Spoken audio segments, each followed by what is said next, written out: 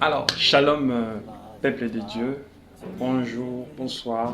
Et je m'ai envie de dire bon dimanche.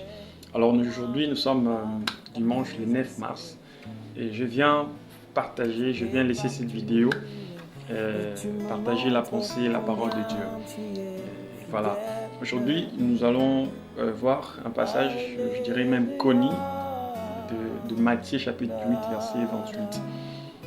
Là, la Bible nous raconte l'histoire de Jésus, parce que vous savez, à chaque fois, Jésus étant sur la terre, il allait de villes en villes, de lieux en lieux, annonçant la bonne nouvelle et puis voilà, faire sa mission. Un jour, ça se fait qu'il était fatigué après avoir fait l'œuvre de Dieu, l'œuvre laquelle il était appelé à faire. Il était fatigué. Il devait traverser, aller de l'autre côté, aller dans l'autre ville. Alors il était dans la barque, il s'est reposé en paix, un tout petit peu dans la barque. Et la Bible dit qu'arrivé en pleine mer, la mer s'est agitée. Vous voyez, la mer s'est agitée et il y a eu le vent était tellement fort, ça fait que les disciples ont eu peur. Quand vous lisez dans le verset 27, vous verrez, les disciples ont eu peur. Ils ont eu peur de mourir. Alors ils sont allés réveiller Jésus en disant, Maître, réveille-toi, sinon nous risquons de mourir, nous allons mourir, nous risquons de périr. Et Jésus s'est levé. C'est là que je viens avec mon message.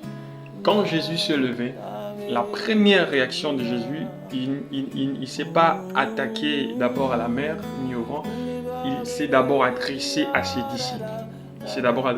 Il leur a dit, pourquoi avez-vous peur? Alors, je me présente aujourd'hui comme Jésus pour te demander, pour te poser la même question en ce moment, en ce dimanche. Pourquoi as-tu peur? Jésus a posé la question aux disciples. Pourquoi avez-vous peur? Et quand j'analyse un peu la question de Jésus, ils avaient peur parce qu'ils allaient faire naufrage, ils allaient noyer. C'est pour cela qu'ils l'ont réveillé. Ils avaient peur. Leur peur était normale. Leur peur était normale. Ils devaient avoir peur. Mais Jésus leur pose la question, pourquoi avez-vous peur? N'est-ce pas une équation là-dessus? Et je comprends une chose. Jésus voulait juste leur faire savoir que je suis avec vous. J'étais là dans la barque. Peu importe le vent, la mer, cela n'allait pas vous tuer. Cela n'avait pas vous embarquer. Vous ne devrez pas faire naufrage tant que je suis avec vous. Alors, n'est-ce pas, c'est le message que Jésus vient adresser à quelqu'un ce matin, ce dimanche. Jésus est avec vous et vous n'avez pas droit d'avoir peur. N'ayez pas peur. N'ayez pas peur, frères, sœurs. N'ayez pas peur, maman, papa. Vous qui m'écoutez en ce moment, n'ayez pas peur parce que Jésus est avec vous. Jésus est dans votre barque. Jésus est dans votre navire. Vous n'allez pas mourir. Vous ne mourrez pas. Vous n'allez pas faire naufrage. Pas du tout. N'ayez pas peur. Bien-aimés, au regard de tout ce qui se passe dans le monde, aux situations, difficultés, je ne sais pas comment appeler, la maladie, le problème d'argent, de finances, tout ce qui se passe, sachez que parce que vous avez Christ dans votre barque, parce que Dieu est avec vous, vous n'allez pas faire naufrage, vous n'allez pas mourir.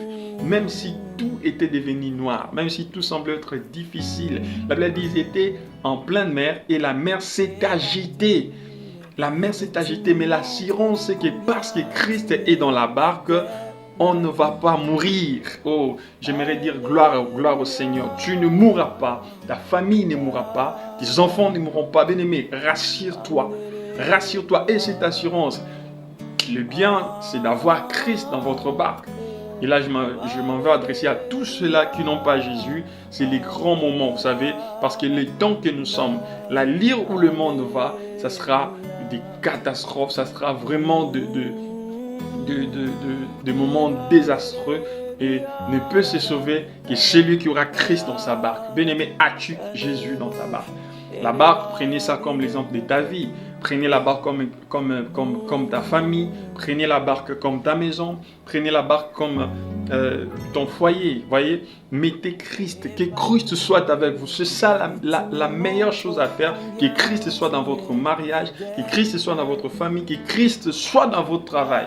Que Christ soit dans vos affaires, dans votre business, dans tout ce que tu fais. Bien aimé, même si tous les autres s'écroulaient, parce que vous avez Christ, vous ne croulerez pas. Gloire au Seigneur. Alors, la deuxième des choses, c'est que la Bible dit, Jésus, après avoir leur dit, pourquoi avez-vous peur? Il les a taquinés en disant, gens de peu de foi. En d'autres termes, hommes de peu de foi. Alors, regardez bien cette phrase. Et pourquoi Jésus les rappelle gens de peu de foi? Et pourtant, dans Luc chapitre 17, il dit ceci. Il dit que si vous aurez la petite foi, la foi comme la petite graine de sénévé, vous dira à cet montant de s'élever et plutôt d'aller se jeter dans la mer. Cela suffira ainsi. Donc, écoutez-moi très bien. Jésus ne parlait pas de la petite foi comme s'il y avait une grande et puis il y avait la petite, comme la graine de sénévé. Non. Jésus voulait simplement leur dire, pourquoi n'avez-vous pas exercé votre foi? Pourquoi n'avez-vous pas exercé votre foi? Et je viens dire à quelqu'un en ces jours, devant les problèmes de la vie, exerce ta foi. Devant les situations, devant les difficultés, devant les combats, devant la maladie, devant la pauvreté, devant tout ce qui se présente au-devant de vous et qui vous trouble de foi, exerce ta foi. Bien-aimé, vous n'avez rien à faire, vous avez juste à parler, démontrer que vous avez la foi. Exercez votre... Jésus voulait leur dire simplement, pourquoi n'avez-vous pas exercé votre foi? Quand il leur dit, homme de peu de foi, il dit, vous n'avez pas prouvé que vous avez la foi. Vous n'avez pas exercé votre foi. En d'autres termes, vous avez joué la mauvaise carte. Vous voyez, au lieu de jouer la carte, montrer que vous avez la foi, vous, ce que vous avez montré, la première fois que vous avez montré, c'est que vous avez la peur. Et c'est ce que Jésus voulait leur dire. Montrez que vous avez la foi. Bien aimé, il y a d'autres combats. Cela ne vous demandera pas de demander à Dieu de venir intervenir pour vous. C'est à vous, vous-même, alors vous-même de déclarer. C'est à vous-même de déclarer. Or, Jésus est avec eux, tel qu'il est, tel que nous sommes. Jésus est avec eux. Nous faisons tout pour atteindre la stature parfaite, la stature de Christ. Alors, qu'est-ce que Jésus a fait après? Vous verrez avec moi qu'il a menacé les vents, il a menacé la mer, et cela s'est calmé. Et même, ils étaient là en train de s'étonner en se disant, qui est celui-ci à qui même le vent, la mer peut obéir? Bien aimé, écoutez, si vous savez exercer votre foi, la mer, les tempêtes entendront votre voix, cela obéiront à la son de votre voix. Jésus voulait leur simplement dire, pourquoi n'avez-vous pas exercé votre foi? Bien aimé, devant le problème de la vie, exerce ta foi. Tu arrives à un moment où tu es limité, bien aimé, tu ne sais plus quoi faire. Exerce ta foi, c'est ce que Jésus te demande de faire. Exerce ta foi. Gloire au Seigneur, exerce ta foi. Tu te lèves, tu te dis, bon, ici c'est mon temps, je dois exercer ma foi. Exerce ta foi, j'insiste là. Exercez votre foi. Parce que Jésus leur a dit, j'en ai peu de foi. Après, il a menacé les vents, il a calmé, et cela s'est calmé. C'était un bon exemple que Jésus leur a donné. Donc, pour leur dire, vous pouvez le faire. Vous pouvez le faire. Vous qui m'écoutez en ce moment, vous pouvez le faire. Vous pouvez éteindre le zèbre du diable. Vous pouvez déjouer le plan du diable. Vous pouvez calmer le vent. Vous pouvez calmer la tempête. Tout dépend de ce que vous allez faire. Exercez votre foi. Exercez votre foi. Encore une fois, exercez votre foi. Que le Seigneur vous bénisse. C'était votre frère Barata Bolam. Et c'était ça la pensée que le Seigneur m'avait mis à cœur de partager avec vous. N'ayez pas peur, il est avec vous.